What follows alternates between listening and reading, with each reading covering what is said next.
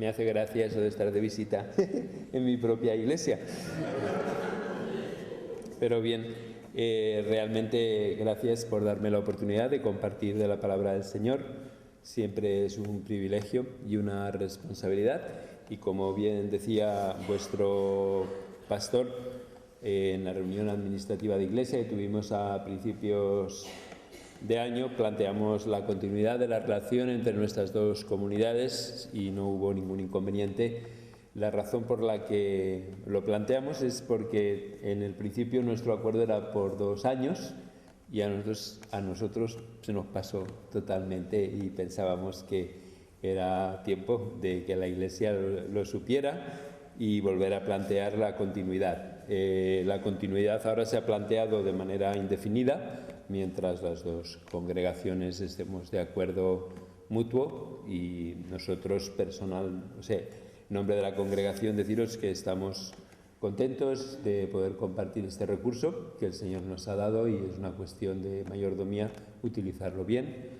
Sentíos como en casa, de todo corazón no tenemos ningún motivo de queja y valoramos el hecho de que pues esto pueda seguir siendo utilizado para el Señor en las tardes, como valoramos el poder tener el piso de acogida de arriba y es un patrimonio que Dios nos ha dado y tenemos que darle buen provecho y lo que deseamos es, al menos por nuestra parte, que el Señor nos permita tener una buena relación durante muchos años. Así que os podéis ir cuando queráis, pero no os sintáis con la necesidad de iros, ¿de acuerdo? Muy bien, así que gracias también por darme la oportunidad de compartir de la palabra del Señor. Este año a todos los predicadores que vienen invitados a nuestra iglesia les hemos pedido que prediquen del mismo tema. Y el tema es, ¿qué es lo que consideras tú que es lo más importante de la vida cristiana desde tu punto de vista?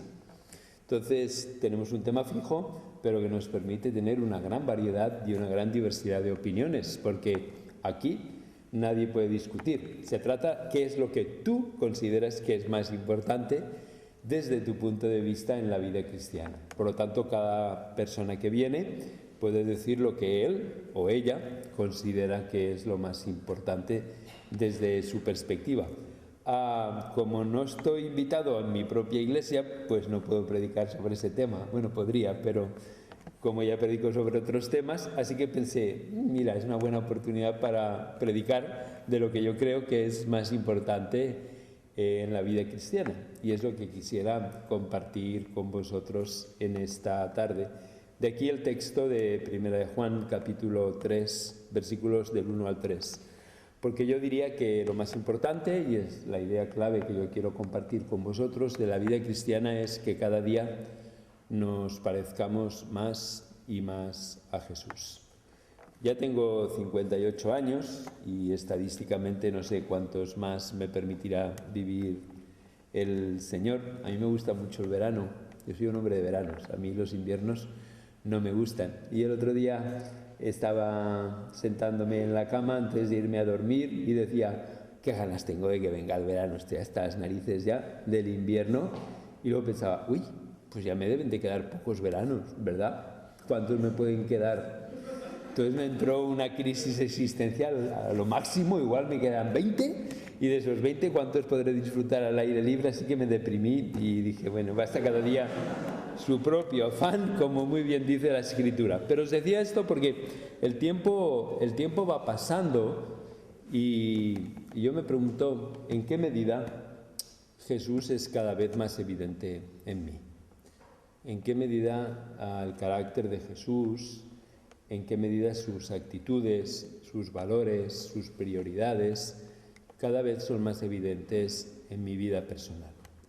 Y si el tiempo va pasando y Jesús no es más evidente en mí, pues me doy cuenta de que es tiempo perdido, porque considero realmente que lo más importante de la vida cristiana es que Jesús cada vez sea más evidente en mi vida y cada vez sea más evidente en tu vida, ¿no? Que cuando nos levantamos virtualmente por la mañana y nos quitamos las legañas y nos miramos al espejo, ¿hasta qué punto Jesús es evidente en mi vida, verdad? ¿Hasta qué punto puedo ver a Jesús reflejado en la manera en que vivo, en la manera en que pienso, en mis actitudes y en mis motivaciones. Y lo que es más, hasta qué punto los otros, conforme me voy haciendo viejo, aparte de verme las bolsas en los ojos, las arrugas y las entradas, pero hasta qué punto los demás pueden ver más y más a Jesús en mi vida. Porque si yo no puedo ver a Jesús más reflejado en mí y los demás no pueden ver más a Jesús reflejado en mí, me da la impresión de que entonces el tiempo va pasando pero lo vamos perdiendo y es tiempo en vano. Porque, como muy bien dice la Escritura, el propósito último y final es que Cristo sea formado en nosotros, ¿verdad? Por eso este pasaje, si os dais cuenta, este pasaje de 1 de Juan habla de tres cosas, que es las que quería compartir con vosotros. Y nos habla de un contraste. Juan dice, todavía no. ¿Os acordáis? El pasaje dice, todavía no se ha manifestado lo que hemos de ser. Lo cual nos habla de la realidad de que somos gente en proceso. Y eso es normal. Somos gente en proceso. Todavía no. Cristo se ha manifestado plenamente en ti y en mí. Todavía hay áreas que tienen que pulirse. Áreas de carácter, áreas de motivación, actitudes, reacciones. Pero el contraste es que algún día seremos. Entonces vivimos en la tensión entre que un día seremos semejantes a Él, porque le veremos tal y como Él es, y la realidad de que todavía no somos. Entonces este pasaje nos habla de un contraste. Todavía no somos y algún día seremos. Por lo tanto, si todavía no somos y algún día seremos, eso me hace pensar que deberíamos de haber sido. Ya sé que estoy jugando con las palabras y espero no hacer un lío. Algún día yo seré, futuro. Todavía no soy lo que algún día seré. El problema es que hoy en día no soy lo que debería de haber sido. ¿Me he sabido explicar con suficiente claridad? Si no, lo voy a intentar hacer.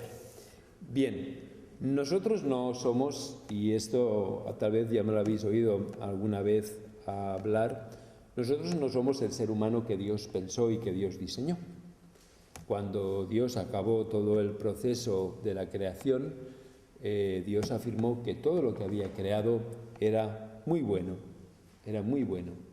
Pero cuando yo miro a mi alrededor no veo y no reconozco esa bondad de que habla Génesis 3.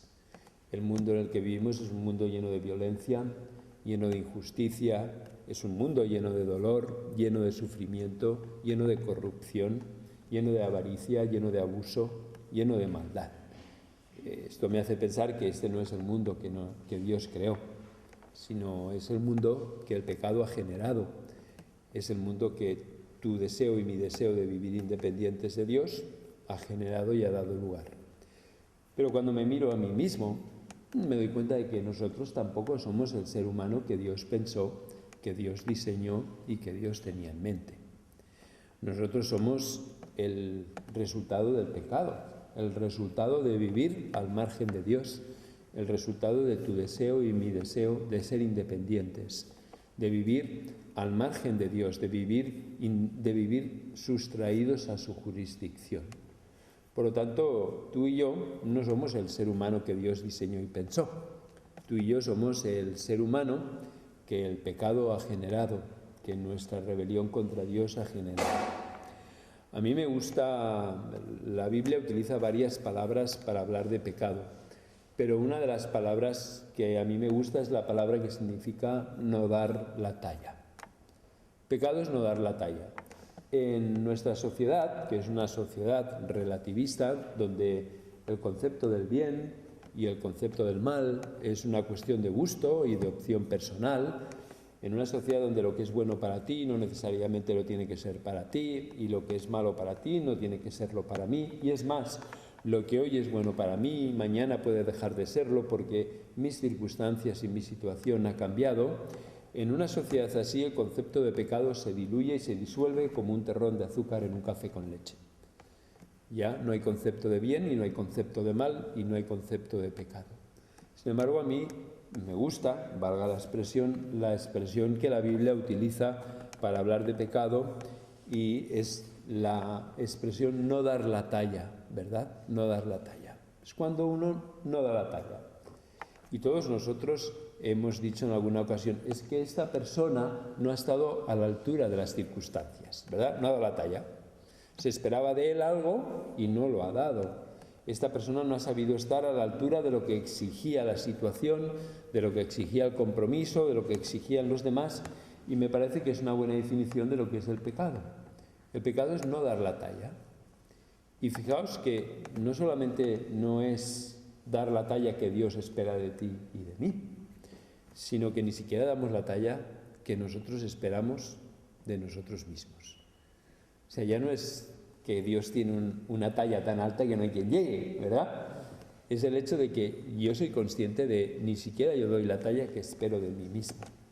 Que yo tengo unas normas, tengo unos estándares, tengo unas aspiraciones, tengo unos deseos y ni siquiera yo estoy a la altura de mis propios requisitos, de mis propios requerimientos. Me estoy sabiendo explicar y eso produce en mí una cosa muy interesante que es la vergüenza. Y la vergüenza es la conciencia de no ser el tipo de ser humano que debería de ser. Uno tiene vergüenza cuando se da cuenta precisamente que no está a la altura de una situación. Cuando todo el mundo va bien vestido y tú apareces en tejanos. Cuando llevas una mancha en medio de la camisa que es visible para todo el mundo. O cuando cualquiera de estas cosas que te hacen sentir vergüenza, que hace sentir que estás fuera de lugar, que no estás a la altura, que no estás dando la talla. Entonces os decía esto porque nosotros no somos el tipo de ser humano que nosotros deberíamos de ser. Nosotros somos el tipo de ser humano que el pecado ha producido. Nosotros no damos la talla. No damos la talla que Dios espera de nosotros, pero tampoco damos la talla que nosotros esperamos de nosotros mismos. A mí me gusta decir, aunque no a todo el mundo le gusta, que nosotros realmente somos un proyecto fracasado, un proyecto fallido, un proyecto abortado de humanidad.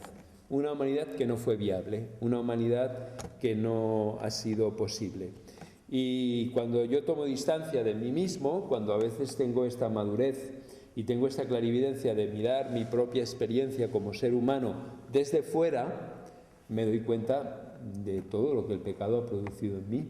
Porque el pecado no solamente ha afectado mi relación con Dios, el pecado me ha afectado interiormente. El pecado produce en mí deseos, tentaciones, sentimientos y actitudes de los que me avergüenzo. El pecado produce en mí tensiones en las relaciones interpersonales. El pecado es un cáncer que todo lo contamina y que todo lo destruye. Así que no somos lo que deberíamos de haber sido. No me extraña que el pobre Pablo dijera: miserable de mí, ¿quién me librará de este cuerpo de muerte? ¿Verdad? Entonces, en contraste con esto, en contraste con esta realidad de que tú y yo no somos lo que se esperaba que fuéramos, aparece este mensaje de esperanza del apóstol Juan. Un día seremos semejantes a Él porque le veremos tal y como Él es. Los evangélicos somos especialistas en las abstracciones metafísicas, frases que no significan absolutamente nada, que quedan muy espirituales y que todos nos sentimos muy a gusto con ellas, ¿verdad? Y este de ser semejantes a Él es una de estas para subrayar en la Biblia y para poder decir amén, y si fuéramos carismáticos, algún gloria a Dios, etcétera, etcétera. Pero realmente, ¿qué significa ser semejantes a Él? Entiendo de que no se trata de la dimensión física, ¿verdad? No quiere decir que seamos físicamente semejantes a Él, porque entonces seríamos realmente bastante feos. No sé si habéis visto la reproducción que la BBC, basándose en los arquetipos físicos de la gente de la Palestina del siglo I, ha hecho de Jesús. No sé si estáis familiarizados con ella. Bastante feo. Nada que ver con el Jesús Pantene o Jesús L'Oreal, siempre con el pelo impecable, recién salido de la ducha y con acondicionador. El que la BBC ha reproducido como el que probablemente es un tipo físico más similar a Jesús, porque era un semita de Oriente Medio, más bien un moro que un español, ¿verdad? Y sobre todo no americano ni rubio, pues parece, pues eso, más bien feo. Entonces no creo que se refiera al ser físicamente semejantes a Él. Pero si decimos que seremos espiritualmente semejantes a Él, queda como nuevamente una abstracción muy teológicamente correcta, pero que no nos dice nada para la vida cotidiana. Entonces, ¿qué significa esto de que algún día seremos semejantes a Él? La palabra de Dios creo que viene en nuestra ayuda. Pablo, escribiendo a los romanos, en el capítulo 8, versículos 28 y 29, dice que a los que antes conoció, también los predestinó para que fuesen hechos conforme a la imagen de su Hijo, para que Él sea el primero, el primogénito o el hermano mayor entre muchos hermanos. Pablo, escribiendo a los Gálatas, en 4:19, dice: hijitos míos, por quienes yo sufro de dolores de parto hasta que Cristo sea formado en vosotros. Pablo, escribiendo a los Efesios, en el capítulo 4, versículos 11 a 13, dice: hasta que todos lleguemos a la unidad de la fe y del conocimiento del Hijo de Dios, a un varón perfecto, conforme a la estatura de la plenitud de Cristo. Y Pablo, escribiendo a los Colosenses, habla de presentar a todo hombre y a toda mujer completos en Cristo Jesús. Entonces, dejadme que ponga orden en todo este cacao mental. Tú y yo no somos el ser humano que Dios tenía en mente. Tú y yo somos el resultado del pecado. Y solamente tenemos que mirarnos interiormente, ser honestos con nosotros mismos para darnos cuenta de que no damos la talla, de que no somos lo que se esperaba que fuéramos. Pero Juan nos dice muy esperanzadoramente que algún día seremos semejantes a Él. Entonces la pregunta es: ¿qué significa ser semejantes a Él? Estamos de acuerdo que no tiene nada que ver con lo físico, estamos de acuerdo que es algo espiritual, pero exactamente de manera práctica y concreta, ¿qué significa? Y hemos visto unos pasajes de la Biblia. Me gustaría ver el último pasaje de la Biblia que creo que nos puede ayudar a entender lo que significa ser semejantes a Él. En Romanos, capítulo 5, vosotros sabéis que a Jesús se le denomina el nuevo Adán. ¿Recordáis? Se nos dice que donde el antiguo Adán falló, no fue capaz de obedecer a Dios, el nuevo Adán ha sido el que ha obedecido y a través de su obediencia y su muerte en la cruz ha traído para nosotros salvación. Yo creo que esto es tremendamente importante porque Jesús es el primero, es el prototipo, es el hermano mayor de una nueva generación de hombres y mujeres. La Biblia habla de Jesús como el hombre nuevo. De tal manera que ser semejantes a Él es parecernos al Jesús que vemos reflejado en el texto de los Evangelios. ¿Lo estoy sabiendo explicar?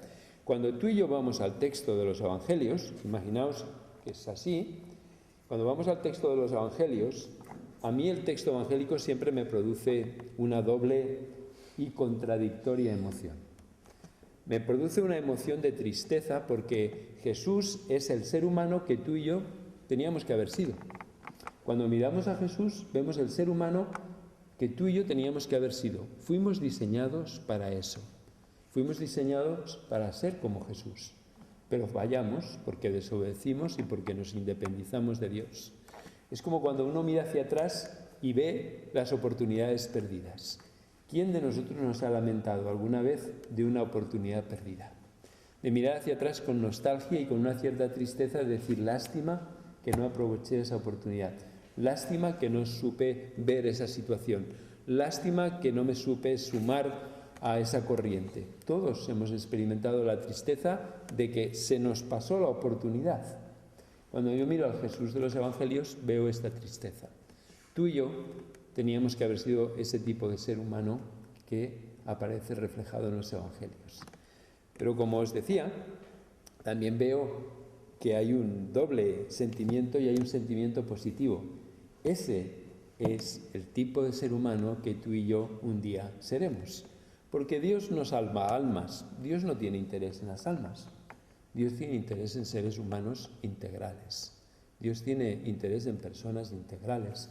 Y hasta donde entiendo, Dios no solamente nos va a dar un alma inmortal, sino que también nos va a dar un nuevo cuerpo, un cuerpo regenerado. Por lo tanto, cuando miramos a Jesús, vemos el ser humano que tú y yo un día vamos a ser.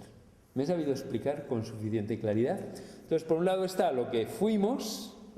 Qué lástima que no pudimos ser ese tipo de ser humano que Jesús refleja y lo que seremos, ese tipo de ser humano que Dios refleja a través de Jesús. De tal manera que yo me doy cuenta de que el proceso de parecerme más y más a Jesús es el proceso de convertirme y volverme más y más humano. Cuanto más me parezco a Jesús, más auténtica y genuinamente humano me vuelvo. Y cuanto más me distancio de Jesús, no voy a decir más animal, porque el animal no tiene la moralidad de intención que tenemos nosotros. Pero cuanto más me alejo de Jesús, más inhumano me vuelvo. Más esa imagen de Jesús en mí se va deteriorando y se va denigrando.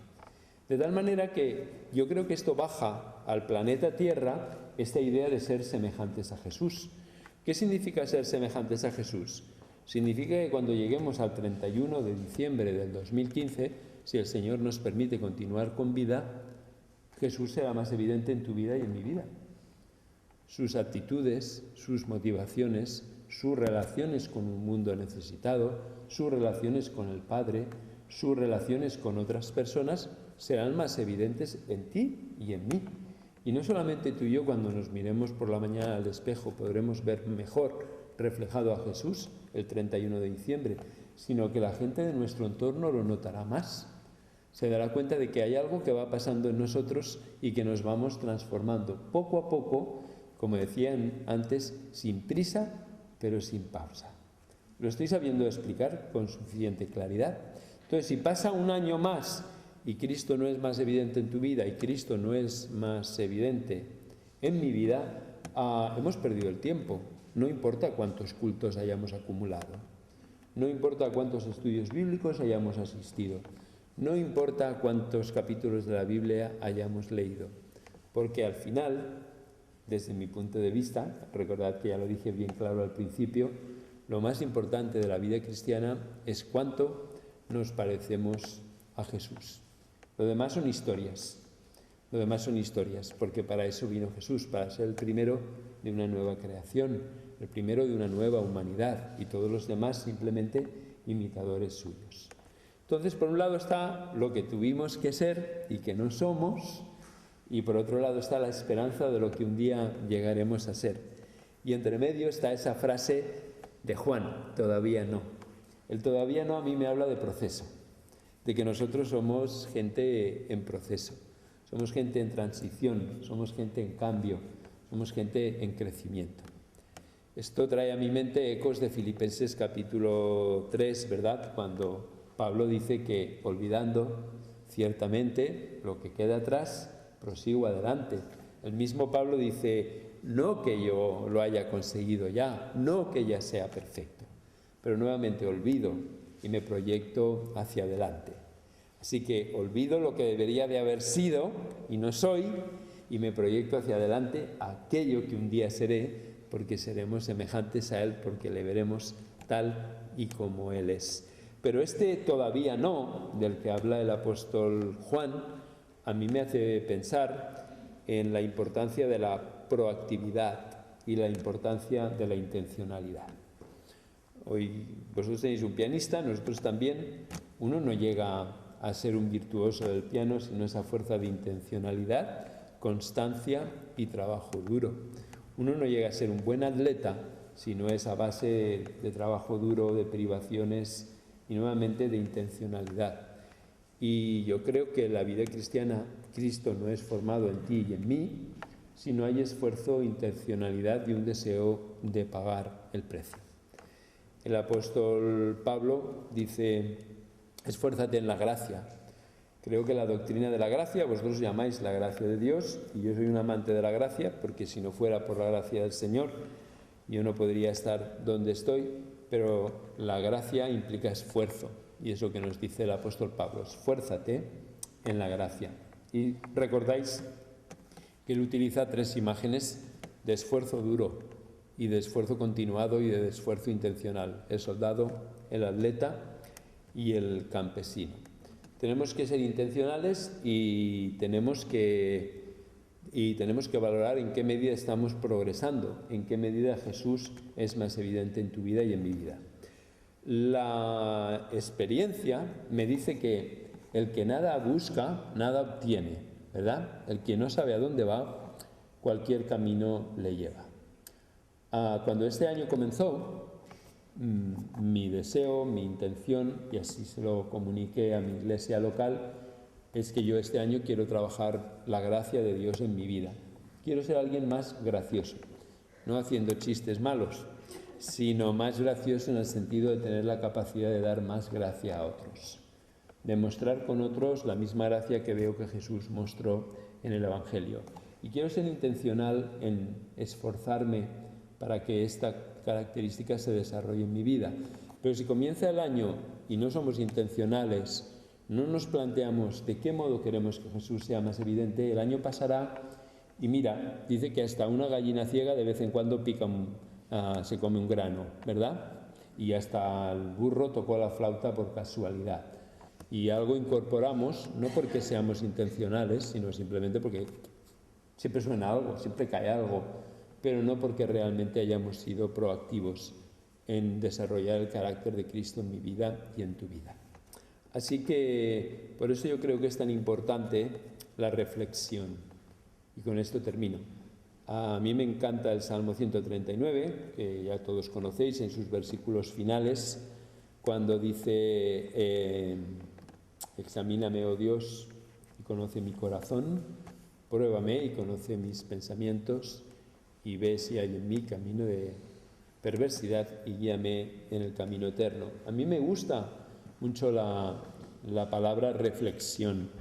La palabra reflexión es una palabra latina que significa inclinarse hacia atrás, para poder ganar distancia y perspectiva. Es cuando uno se aleja y al alejarse gana en distancia, gana en perspectiva.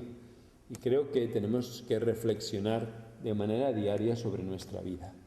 Decía una frase que se le atribuye a Sócrates, que afirmaba que una vida no reflexionada no es una vida digna de ser vivida.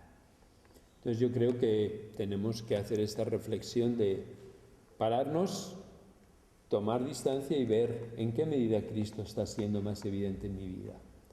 Estas motivaciones que he tenido a lo largo del día de hoy reflejan el carácter de Jesús. ¿Son mis prioridades las prioridades que Jesús tiene? ¿Son mis relaciones interpersonales las que Jesús tiene? ¿Refleja mi trato con los demás el legalismo de los fariseos o la gracia del Salvador? Esto es fundamental para ver en qué medida Cristo está siendo formado o en qué medida el monstruo que el pecado ha provocado continúa arraigado en nosotros y busca siempre resquicios para salir a la superficie. Así que esto es lo que quería compartir con vosotros. Dejadme que haga un resumen porque forma parte de mi manera de ser. Pero yo os decía, lo más importante de la vida cristiana para mí que es ser similares a Jesús. Y hemos visto este pasaje de Primera de Juan, todavía no se ha manifestado lo que hemos de ser. Pero algún día seremos semejantes a Él porque le veremos tal y como Él es. Yo os he hablado de esta tensión. Tú y yo no somos lo que Dios pensó. Somos ese aborto, ese monstruo que el pecado ha creado. Y basta con que nos miremos a nosotros mismos, seamos honestos, para darnos cuenta de que no damos la talla y tener ese sentimiento de vergüenza, de no ser el tipo de persona que deberíamos de ser. Pero algún día seremos semejantes a Él. Esta semejanza no es física, tampoco es una entelequia espiritual. Es ir al Evangelio y ver que en Jesús tenemos al ser humano que habíamos sido diseñados para ser y al ser humano que un día seremos cuando Dios complete su trabajo en nosotros. Pero mientras tanto, estamos en el todavía no. Vivimos esa tensión, ¿verdad?, entre lo que somos y lo que aspiramos a ser. Y aquí lo que nos enseña el apóstol es que nos esforcemos, que seamos intencionales, que busquemos que Cristo sea realmente formado en ti y en mí y que practiquemos el saludable hábito de pararnos, tomar distancia y ver delante del espejo, vaya, parece que tengo un poco más de motivaciones de Jesús, pues se refleja un poco más en mí sus valores, o vaya, cada día me sale más pelusilla de gracia, ¿verdad?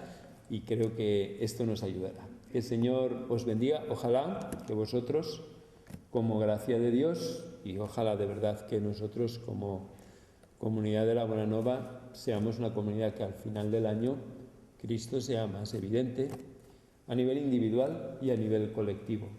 Que no tengamos que decir año perdido, ¿verdad? Porque no hay evidencias nuevas de que Jesús esté presente en nosotros. El Señor os bendiga y os guarde, y recibid pues el amor y el compañerismo de la Iglesia de la Buena Nova para todos vosotros. Gracias.